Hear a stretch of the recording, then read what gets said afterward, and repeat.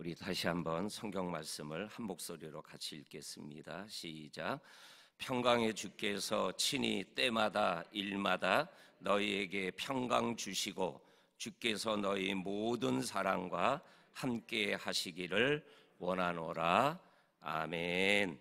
아멘. 오늘 이 말씀이 11월을 시작하는 우리 성도님들이 매일마다 이렇게 마음으로, 눈으로, 그리고 입술로 되새김질하는 특별한 말씀이 되어서 하루하루의 삶 속에 이 말씀이 힘이 되는 그러한 은혜로운 하루하루가 출발되기를 주님의 이름으로 간절히 축원합니다. 아멘. 우리 양 목사님 감사 기도를 드리면서 잠깐 이렇게 기도를 시작하게 하는 말을 하는 가운데 잠언 16장에 있는 말씀이 생각이 났습니다.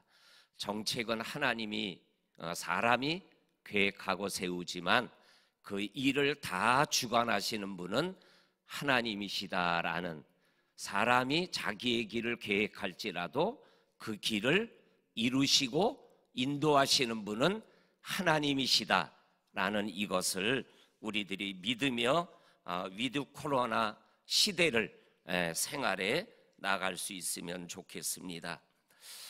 지금 코로나 상황이 우리가 생각하는 것보다 많이 안정돼 있지는 않습니다.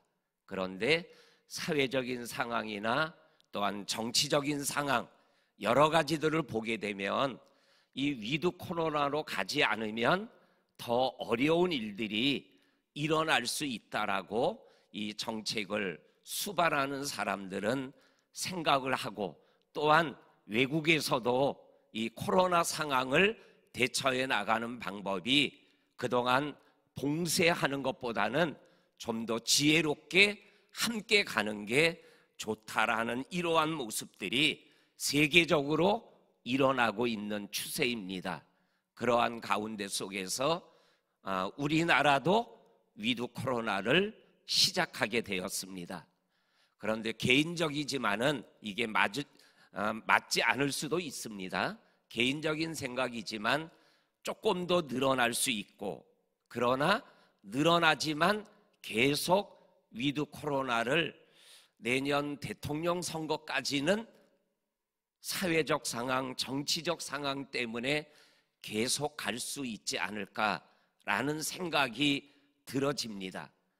그러한 상황 속에서 좀 더 강력한 우리의 마음과 믿음이 하나님의 특별한 인도하심을 간구해야 되는 특별한 시기 속에서 우리들이 살아가고 있다라는 이러한 생각이 들어지고, 또한 위드 코로나를 시작하는 이 날이 또한 11월 첫날이고, 또한 우리가 매월마다 월삭 새벽기도회를 갖는 그러한 날이기 때문에 오늘 우리가 함께하는 이 시간에 하나님 앞에 더 특별히 간구하는 이 시간이 될 수 있기를 원합니다.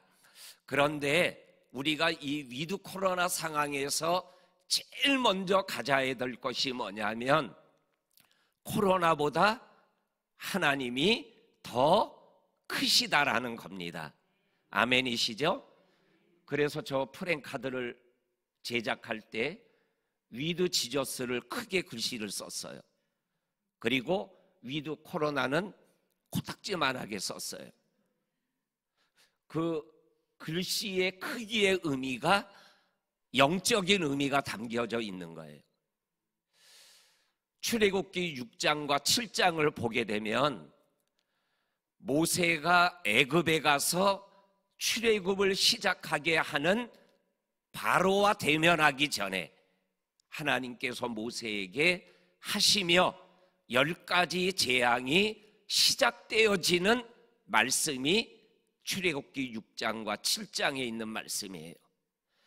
6장 1절과 3절에 보게 되면 모세가 바로에게 가서 하나님이 바로에게 행하시는 일을 너도 보고 바로도 보리라, 이렇게 말씀해요. 그 다음에 나오는 말씀이 뭐냐면 하나님의 강한 손으로 말미암아 바로가 너희들을 내보내리라, 이 말씀이 나와요. 그리고 또 한 번 거의 똑같은 말씀이 나와요. 강한 손으로 말미암아 바로가 너희를 쫓아내리라, 이러한 말씀이 나와요. 그리고 출애굽기 6장 3절에 보게 되면 전능하신 하나님이라는 표현이 나와요. 우리가 믿는 하나님은 옛날 이스라엘 백성들이 애굽에 포로 생활하며 노예 생활하는 430년 동안 노예 생활하는 그 당시에 많은 이스라엘 백성들은 어쩌면 이렇게 생각했을지 몰라요. 하나님, 바로보다 약해. 바로가 우리를 다스리는 왕이지 430년 동안 하나님이 우리를 위하여 하신 일이 뭐가 있어? 라고 표현할 수 있는 기간이에요. 그런데 오늘 출애굽기 6장에서는 분명하게 말씀합니다.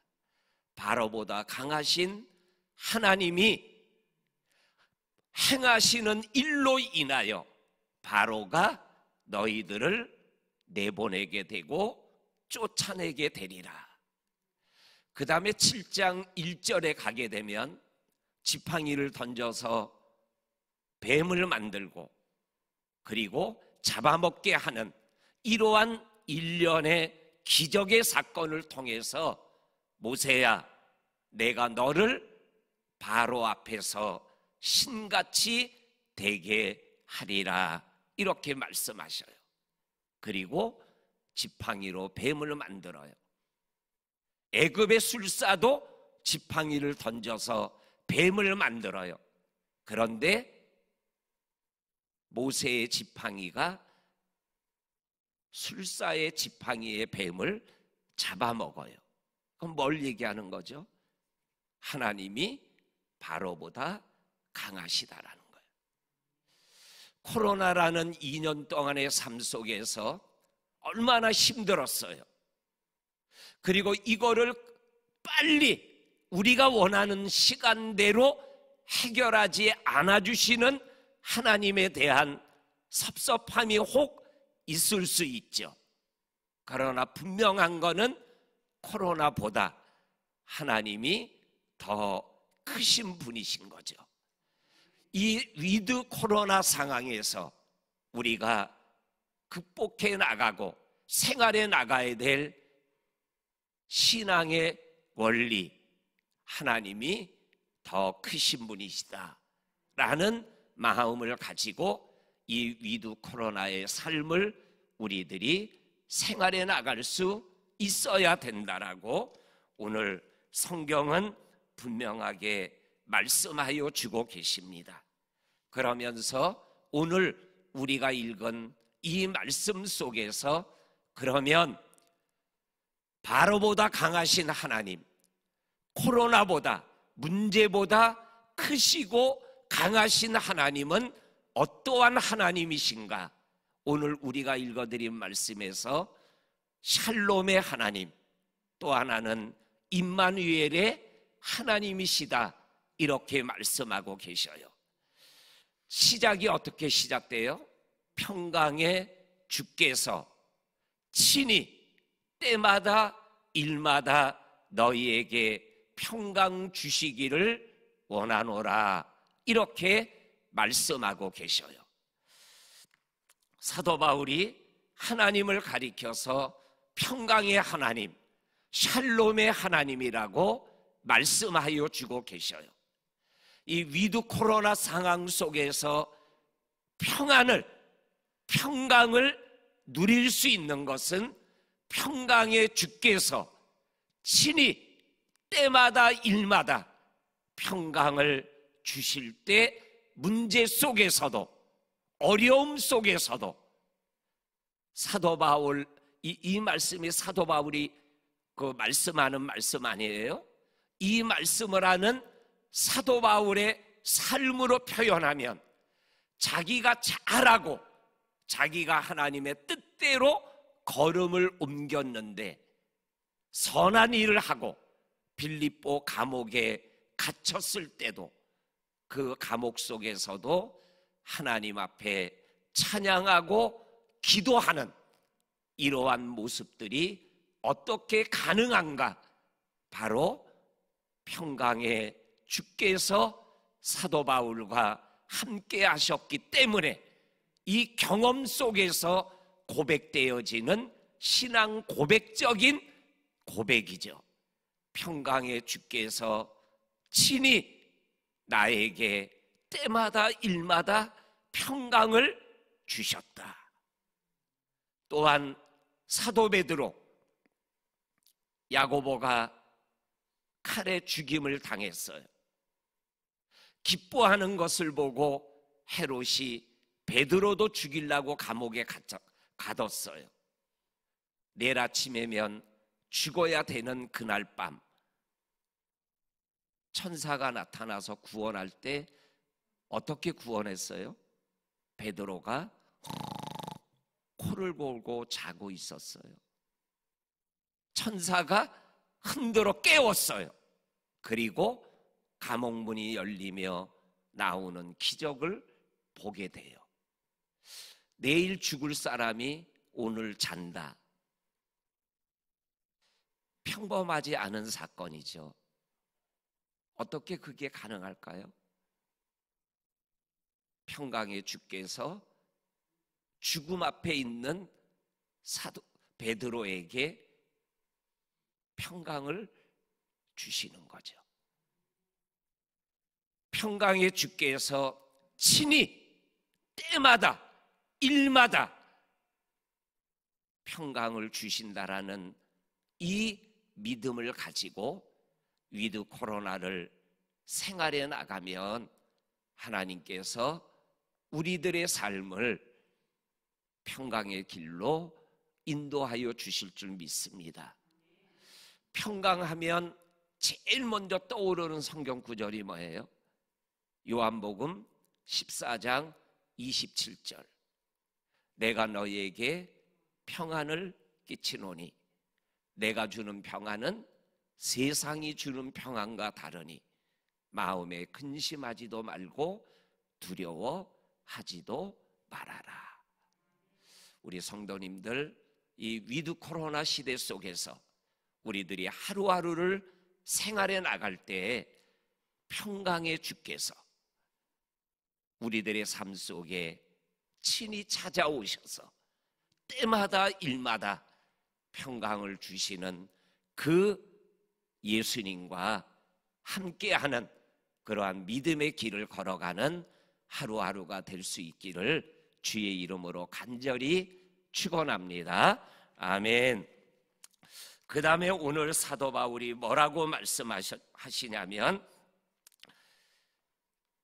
하나님은 샬롬의 하나님이시면서 임마누엘의 하나님이시다, 이렇게 말씀하여 주고 계십니다. 그래서 오늘 우리가 읽은 데살로니가 후서 3장 16절 뒷부분의 말씀이 뭐예요? 주께서 너희 모든 사람에게 너희 모든 사람과 함께 하시기를 원하노라, 이렇게 고백하고 있습니다. 오늘 주께서, 이 주께서는 어떠한 주라고요? 샬롬의 주께서 너희 모든 사람과 함께 하시기를 원하노라, 이렇게 말씀하여 주시고 계십니다. 이 위드 지저스, 예수와 함께 라는 말은 예수 그리스도 안에서라는 말과 같은 말씀입니다. 그래서 In Christ Jesus, 로마서 8장 39절 말씀에 보면 이러한 우리가 좋아하는 말씀이 나옵니다. 우리를 우리 주 그리스도 예수 안에서 끊을 수 없다. 하나님의 사랑, 우리 주 예수 그리스도 안에 있는 하나님의 사랑에서 끊을 수가 없다라고 말씀합니다. 더 나아가서 37절에서도 이 모든 일 속에서 우리를 사랑하시는 이로 말미암아 우리가 넉넉히 이기느니라, 이렇게 고백하는 이러한 신앙 고백을 듣게 되어집니다. 예수와 함께라는 표현은 예수님 안에서 예수님과 더불어 동행하는 삶을 말씀하고 있는 것이죠. 함께 하시기를 원하노라. 그런데 문제는 뭐예요? 함께 하고 있는 임마누엘의 하나님을 우리가 느끼지 못하고 살아가고 있다라는 거예요. 그것을 보여주는 사건이 뭐예요? 누가복음 24장 13절부터 31절까지 나오는 엠마오로 가는 두 제자 이야기예요. 부활의 소식이 들려요. 근데 믿어지지가 않아요. 이 부활의 소식이 또 한 번 들려요. 이상하다 하고 예루살렘에서 떠나요. 두 사람이 엠마오를 향하여 걸어가며, 야, 너 예수가 부활했다는 얘기 들었냐? 나도 들었어. 야, 그게 가능하냐? 야, 그리고 걸어가고 있을 때 한 청년이 함께 동행하며 걸어가게 됩니다. 너희들 무슨 얘기하냐? 아니, 당신은 예루살렘에 있으면서도 예루살렘에 일어난 이상한 이야기도 모르냐? 예수가 부활했다라고 그런다. 근데 거기에 뭐라고 써 있어요? 예수인지 알지 못하더라, 이렇게 기록되어 있어요. 예수님이 지금 자기와 함께 동행하고 있는데 이 엠마오로 향하는 두 제자는 그거를 느끼지를 못하는 거예요. 선지자와 예수께서 하신 말씀을 잘 얘기하고 떠나려 할 때 함께 더 유숙하자고 붙잡으니 함께 모여 식사를 할 때 축사를 하시고 아멘하고 눈을 뜨니 눈이 밝아져서, 아, 그분이 예수님이셨구나 아는 것을 깨닫고 다시 예루살렘으로 돌아가는 장면이 나와요. 우리랑 똑같지 않아요? 우리도 일상을 생활해 나가며 우리의 삶 속에서 일어나는 문제 속에서 하나님이 동행한다라는 생각을 잊어버리고 소문과 일어난 일들과 나타나는 현상 앞에서 하나님을 전혀 의식하지 못하고 생활해 나갈 때가 우리들의 모습이에요. 분명한 거는 우리가 인식하든 인식하지 못하든 하나님은 우리와 함께 하시는 분이십니다. 믿으십니까? 이거는 성경이 말씀하는 거예요. 마태복음 28장 20절에서 볼지어다 내가 세상 끝날까지 너희와 항상 함께 있으리라 그랬어요. 근데 우리는 문제 앞에서 때마다 시마다 동행하는 임마누엘의 하나님을 잊어버리며 살아가는 거예요. 그리고 하나님이 나를 떠났다라고 얘기하는 거예요. 그런데 하나님은 우리를 떠나지 않으십니다. 항상 함께합니다. 내가 영안이 어두워서 내 마음이 굳어져서 그것을 느끼지 못하고 깨닫지 못하는 거죠. 그래서 우리 성도님들 위드 코로나 이 단어보다 우리는 더 많이 느끼고 더 많이 사용해야 될 단어가 뭐예요? 위드 지저스예요. 할렐루야. 우리가 11월 한 달, 그리고 12월, 그리고 새해를 맞이해 나가는 이 여정 속에서 TV를 볼 때마다 위드 지저스라는 단어가 계속 나올 거예요. 그때마다 들을 때마다 우리는 위드 지저스를 외쳐야 되는 거죠. 그래야 이 위드 코로나를 뛰어넘고 하나님이 우리를 통해서 이루어 가시는 하나님의 일들을 개인적으로, 가정적으로, 교회적으로, 민족적으로 감당해 나가는 영적인 주도 세력이 될 수 있는 거예요. 우리 성도님들 오늘 하나님 안에서 위드 지저스 이 말을 마음에 계속 되새김질하면서 그 위드 지저스의 하나님은 평강의 주 임마누엘의 주님이신 것을 기억하며 하루하루를 살아가는 저와 성도님들이 될 수 있기를 주의 이름으로 간절히 축원합니다. 아멘. 하나님 감사합니다. 새벽에 도우시는 하나님을 기대하며 이 11월의 첫날, 세상이 말하는 위드 지저스의 첫날, 그 첫날 그것보다 먼저 위드 지저스를 외치며 시작하는 성도들과 가정과 교회와 이 나라를 하나님이 붙잡아 주옵소서. 예수님의 이름으로 기도하옵나이다. 아멘. 아멘.